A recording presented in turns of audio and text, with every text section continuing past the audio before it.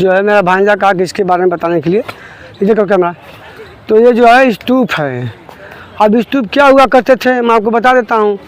जो भगवान बुद्ध हुए ना, जिससे जो राजा महाराजा होते थे बौद्ध से, तो उनका जो है बड़े बड़े स्तूप बनवा के उनके जो अस्थियाँ होती थी ना, उसी को उसमें रखे हुए हैं, बड़ा सा स्तूप बनाया जाता था। हाँ, तो भगवान बुद्ध जब परिनिर्वाण होता है तो उनका शरीर होता है, जब शरीर जलता है तो उसका जो है 84 ठो जो है उनके, जब उनका रखा गया था, जब अशोक हुआ तो अशोक ने क्या किया कि उनके अस्थियों को जो है 84 ठो स्तूप बनवाए ऐसे 84 स्तूप बने हुए हैं भारत में। इसी स्तूपों में जो है उनके अस्थियों को रखा गया है, और ऐसा कुछ इसमें है नहीं। और ये देखिए अलेक्जेंडर कर्लिंघम ने जो खुदाई करवाया था यहाँ पे, ये देखिए ये, और एक और थे साहनी। किस सन में खुदवाए थे? वो तो आया था 1800 से पहले था। हाँ, 1800 में आया था। और उसके बाद जो अभी बरलास नहीं, एक साहनी थी, उनका नाम याद नहीं रहा हमको। वो साहनी जो है, साहनी खुदाई में 1917 या 1913 में 11 में खुदाइयाँ हुई है। ये साहनी जो थे बहुत पुरातत्व विभाग के थे, तो उन्होंने खुदवा के चीज़ें जो है वो सब निकलवाए थे बुद्धिस्ट का। ठीक है दोस्तों, चलो अब चलते हैं यहाँ से। हाँ, तो ये सब चीज़ें हैं, ये इसलिए खुदवाया जाता है कि इतिहास नंबर यहाँ का, इतिहास को जीवंत किया गया है कि इतिहास क्या रहा है यहाँ के लोगों का। यहाँ की भाषा प्राकृतिक थी, पाली थी। हाँ, जो भगवान बुद्ध ने अपना ज्ञान दिया है ना, वो सब जो है पाली भाषा में दिया है, जो आम जनता की भाषा से। संस्कृत में नहीं दिए हैं वो प्रवचन किसी को, ठीक है ना, हिंदी में दिए हैं, वो दिए हैं पाली भाषा में, जो आम जनता की भाषा थी, जो मूल निवासी की भाषा थी, उसी भाषा में जो भगवान बुद्ध ने अपना ज्ञान दिया है। इसको पढ़िए आप। इस स्तूप के उत्तर से 1026 ईसा पूर्व में अभिलेख में अनुसार इस स्तूप का प्राचीन नाम धर्म चक्र स्तूप है इसका। और जहाँ भगवान बुद्ध ने प्रथम धर्मोपदेश दिया था, इसके शिखर में मध्य में देखिए, मैंने आपसे कहा था ना कि अलेक्जेंडर कर्लिंघम ने करवाया था। देखिए लिखा भी यहाँ पे है, अलेक्जेंडर कर्लिंघम, नाम गलत लिखा गया है, कनिंघम लिखा है, कर्लिंघम उनका नाम है। ने धातु मनसुजा की खोज में लंबवत उत्खनन किया था, जिसमें उन्हें शिखर पर लगभग 320 मीटर नीचे एक अभिलेख युक्त प्राप्त हुआ था, जिस पर 6वीं शताब्दी सदी के अनुसार ब्राह्मी लिपि ना, इससे पहले बौद्ध धम्म लिपि थी। तो ब्राह्मी लिपि में बौद्ध मंत्र, ये धम्म धेतु भगवा लिखा, प्रभवा लिखा था। इसके पहली बात मैं आपको बता दूं ना, जो आया था ब्रिटेन का राजकुमार, क्या नाम था जिसका? प्रिंस और क्या? James princess. उसने यहाँ के लोगों को पढ़ने नहीं आया, ठीक है, जो भाषा लिखी थी पाली भाषा में। तो सबसे पहले जो पढ़ने वाला काम किया था प्रिंस ने किया था, ब्रिटेन का राजकुमार था। हाँ, तो नीचे ईंट निर्मित मौर्य कालीन स्तूप के अवशेष प्राप्त हुए। स्तूप का वर्तमान स्वरूप गुप्तकालीन स्थापत्य का उत्कृष्ट नमूना है। इस बेलनाकार, ये देखिए, दिखाओ जी बेलनाकार, ये बेलनाकार जो स्तूप है, आधार का व्यास 28 मीटर तथा ऊंचाई जो उसकी लगभग 33 मीटर है, ज़्यादा योगी कम लिखा गया है। हाँ, भूमिगत भाग सहित कुल 39.05 मीटर है। भूमि की सतह से 11.11 मीटर की ऊंचाई तक यह अलंकृत प्रांतों में आच्छादित है। शेष भाग ईंटों से बेलनाकार पुंज के रूप में आधार से लगभग 7.5 मीटर ऊंचाई पर 8 दिशाओं में वाले बने हैं। इसमें समतः बुद्ध प्रतिमाएं रखी होंगी। मैंने आपसे कहा प्रतिमाएं नहीं भैया, मैं बता रहा हूँ ना, बुद्ध के जो अवशेष जो है वो बुद्ध अशोक ने उसको रखवाया है, जिसमें समतः बुद्ध प्रतिमाएं रखी होंगी, मतलब अभी संशय यहाँ पे है। इसके नीचे रुचिपूर्ण ढंग से तराशी की गई है। प्रस्तर पट्टिकाओं पर ज्यामितीय स्वास्तिक समझ रहे हैं, वो भगवान बुद्ध का ही दिया। इस स्वास्तिक का कैमरा तो सामने हो, भगवान बुद्ध ने जो स्वास्तिक कैसे बनाता है, लक्ष्मी गणेश का ना, वो भगवान बुद्ध ने ही दिया है। ऐसे जो बनाता है स्वास्तिक, जो अपने सब लोग दुकान में सब रखते हैं ना पूजा पाठ के समय शुभ लाभ में, वो स्वास्तिक भगवान बुद्ध का ही दिया हुआ है, ये भी बता रहा हूँ। और उसमें सारे जो चीज़ें हैं मैं उसका व्याख्या बता दूँगा, मैं मेरी किताब में लिखा हुआ, मैं आपको बता दूँगा। जब जाऊँगा अपने वहाँ पे दुकान पे तो मैं निकालूँगा, उसका हर मतलब मैं बताऊँगा। हाँ, बल्लवी पुष्पलता मानव पक्षी आज के सुंदर यहाँ अंदर कलाकृतियाँ की गई हैं। चलो अलग तो दोस्तों हमारा भांजा था, हमसे रिक्वेस्ट कर रहा था कि हमको उसके बारे में बताइए, तो मैं इसको बता दिया हूँ। और कुछ थोड़ा बुद्ध से जुड़े बुद्ध क्या है? बुद्ध ने समाज को, मूल निवासियों वहाँ को पे लिखा गया जो ब्राह्मी लिपि में लिखा गया, हाँ। थोड़ा सा आप उसको डिटेल में बता दीजिए।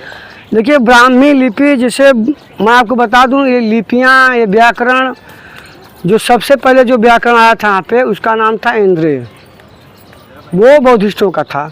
उसके बाद चंद्र आया, वो भी बौद्धिस्टों का था। सक्तायन आया, उसका भी बौद्ध का।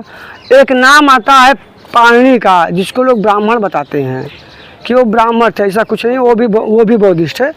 और उन्होंने संस्कृत व्याकरण की जो है अष्टाध्यायी जो है, मैं लिपि नहीं कर, मैं व्याकरण कह रहा हूँ।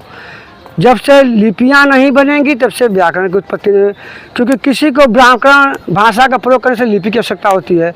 तो लिपि थी नहीं हिंदी संस्कृत की, तो बाद में जब ये आते हैं तो व्याकरण की उत्पत्ति करते हैं। अभी ब्राह्मी अरे बहुत धर्म जो लिपियाँ थी, धर्म लिपि, उसी से इन्होंने जो है करके जो है अष्टाध्यायी किताब लिखी।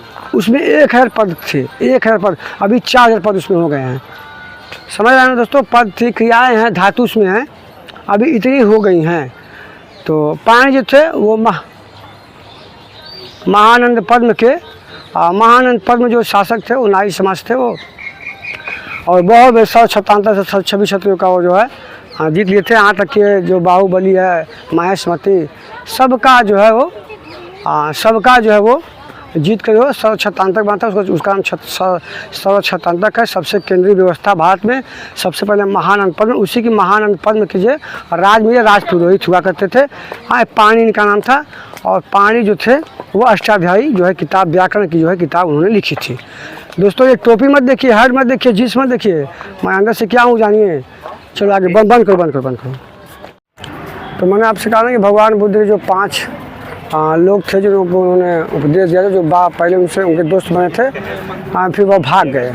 फिर भगवान बुद्ध ने यही सारनाथ में उनको उपदेश दिया। मैं आपको वीडियो दिखाऊंगा, वो दृश्य मैं आपको दिखाऊंगा। थोड़ा सा इधर दिखा दो। इधर मुझे गाली दिया, मुझे मारा, मुझे हरा दिया, मुझे लूट लिया, ऐसी बातें जो मन में बांधते हैं उनका बैर कभी शांत नहीं होता है, ऐसा बुद्ध कहते थे। चलो,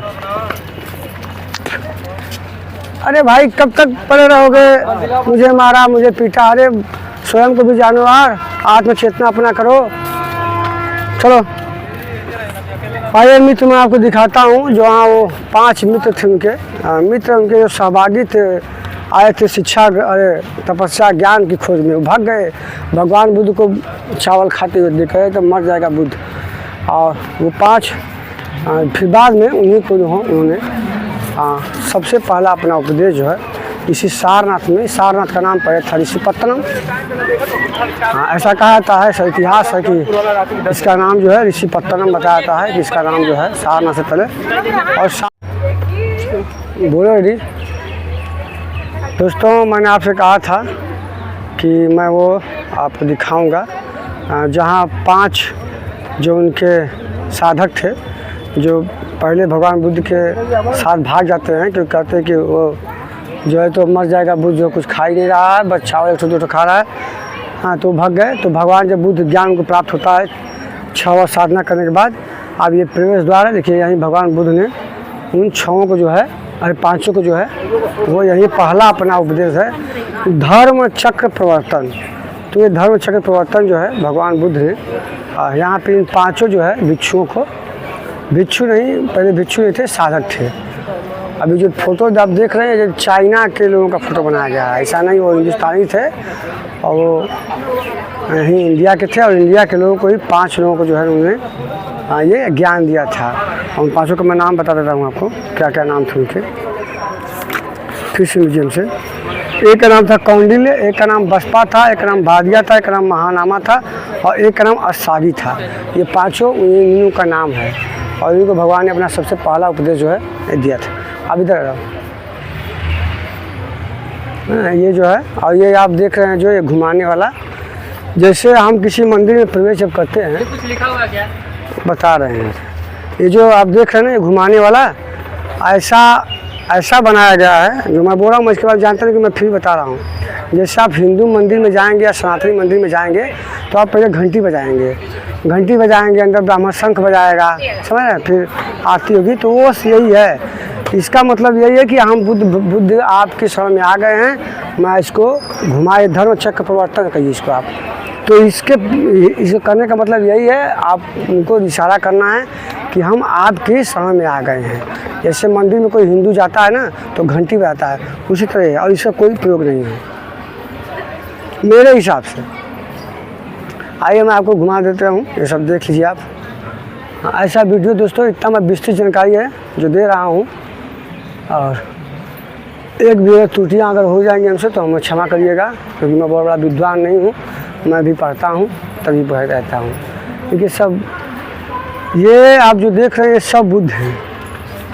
और ये जो मैं आपसे बता था, ये देखिए तिस्सा है, ये विप्सा है, जो भी मैंने आपको उदाहरण दिया ना 5 विप्सा हैं, हाँ सिक्खी है, ये सब बुद्ध हैं।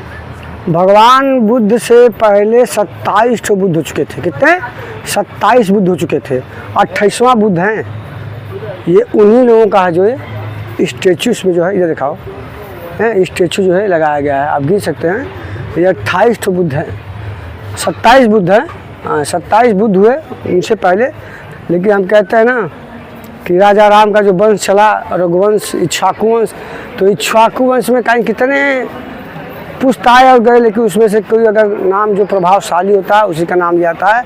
जैसे रघु हो गए, और रघु के बाद जो है, रघु से पहले भागीरथ थे, और भाग्य से पहले थे मान धाता रहे।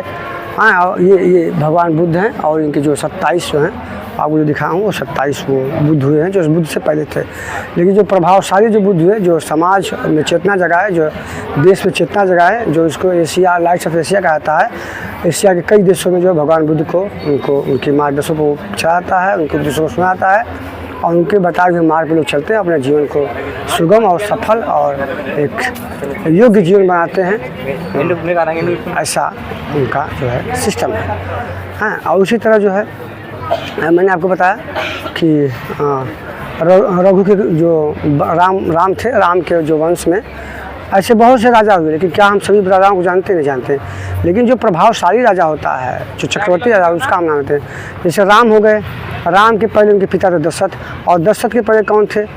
तो दशरथ के पहले थे वो दशरथ के पिता का, फिर उसी में जो है मानधाता हुए, उसी में फिर जो है रघु हुए, रघु प्रभावशाली हुए, भागीरथ हुए, भागीरथ के 18 के 60,000 जो है अपने पूर्वजों को जो है सगर के जो 60 पुत्र थे वो श्राप के कारण मर गए। तो उनके जो है कि भागीरथ ने घोर तपस्या की और माँ गंगा को यहाँ पर ऐसा इतिहास लिखा जाता है कि भागीरथ ने उसको लाता।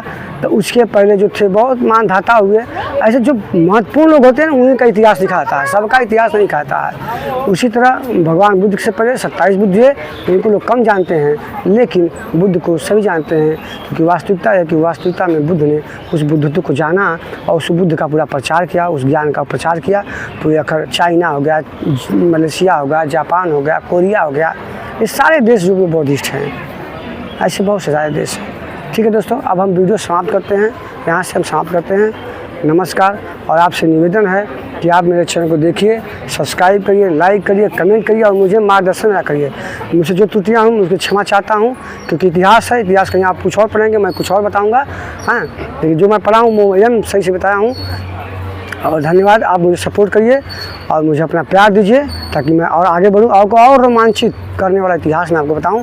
मैं इतिहास पे, पॉलिटिक्स पे, राजनीति पे, मानव समाज पे, मानव चेतना पे, समाज चेतना पे मैं एकदम आप जैसा कहेंगे मैं वैसा वीडियो बनाऊँगा। धन्यवाद दोस्तों, नमस्कार। दोस्तों मैं आपको अंदर ही चलता हूँ। यहाँ ज़्यादा बोलना नहीं है, यहाँ शांत रहना है और शांति से सारा काम करना है। ये जैसे ईसाइयों में चर्च होता है और हिंदुओं में मंदिर होता है। क्या कैप हाथ में लेकर ये बोर्ड तो लगा है। सॉरी, इसको तो ये है। और ये जो है भगवान बुद्ध का आप दर्शन कर लीजिए। हम भी इनको प्रणाम करते हैं, ऐसे बुद्धत्व को। अब देखिए यहाँ भी जो है, जो आप देख रहे हैं गेरुआ वस्त्र पहने, ये सब भिक्षु इनको आप कहेंगे। एक भिक्षु होते हैं, एक उपासक होते हैं। जो भिक्षु होते हैं वो गृह त्याग देते हैं और मठों में बिहार में रहा करते थे। जैसे बिहार मठ तो हिंदू में कहा जाता है, बौद्धिस्ट में उसको बिहार कहा जाता है। और बिहार के नाम इतना बिहार भगवान बुद्ध के समय बने कि लास्ट में उस बिहार का नाम बिहार ही पड़ गया, समझ रहे हैं। तो यहाँ जो है वो अब देखें जो गृहस्थ वो भिक्षु हैं और एक होते हैं उपासक। जो उपासक होते हैं वो गृहस्थ आश्रम में रहते हैं, वो उनका जीवन गृहस्थ का होता है। वो गृहस्थ कार्य करते हुए भी उस परमात्मा का उसका वो ज्ञान अर्जन कर सकते हैं। ऐसा बुद्ध यही देखिए भगवान ये दिखा था।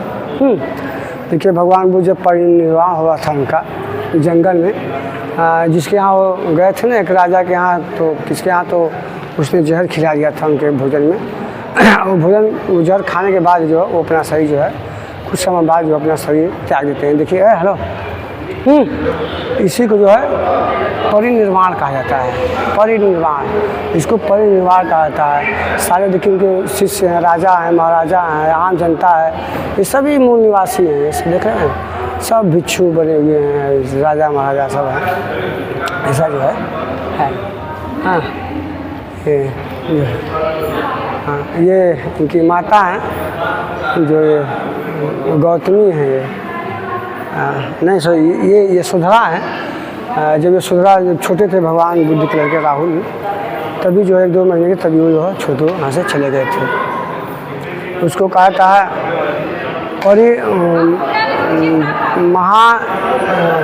महानिष्क्रमण। जब वो घर गृह त्याग के थे तो उसको कहते हैं महान भी निष्क्रमण। अच्छा रुकिए हम बता देते हैं उसको क्या लिखे हैं, बता रहे हैं। हाँ महा भी उसको कहता है, महागृह जो त्याग के थे उसको कहता है महा भी निष्क्रमण, ऐसा उसको कहा जाता है। चलो आओ है, तो अब मैंने आपको बता दिया, और ये भी मैंने आपको बता दिया कि भाई उनके जो है कृष्णा उन्होंने देखा जब भगवान बुद्ध जब आए, जब योगा वोगा साधना करने लगे और जब उनको ज्ञान प्राप्त हुआ तो उन्होंने कहा कि इस विश्व में जो है बहुत सारा दुख है। उनको दुख दिखा। मैं तो बुद्ध को भी कह सकता हूँ, मैंने कहा ना कि मैंने ऐसी कोई धार्मिक पुस्तकें नहीं है जो मैंने नहीं पढ़ी, मैंने सब कुछ पढ़ा है। तो जैसे ये पता चलता है कि भगवान बुद्ध कोई डॉक्टर थे, कोई सर्जन थे। आपके दुख का कोई निवारण करता, आप उसको क्या कहेंगे? आप डॉक्टर कहेंगे उसको। तो हमको लगता है कि बहुत बड़े चिकित्सक थे और दुखों के चिकित्सक थे कि लोगों का दुख कैसे उनको दुखा संसार में। कहा कि संसार में दुखों कहाँ है कि अज्ञानता। अज्ञानता है तो दुख है, अगर आप ज्ञानी हैं तो दुख कहाँ है। इसलिए वो ऐसा कहते हैं कि जो संसार में दुख कहाँ है वो केवल अज्ञानता है। ज्ञान रहेगा तो आदमी, यही बात तो गीता में कृष्ण कहते हैं कि जो जय पराजय मान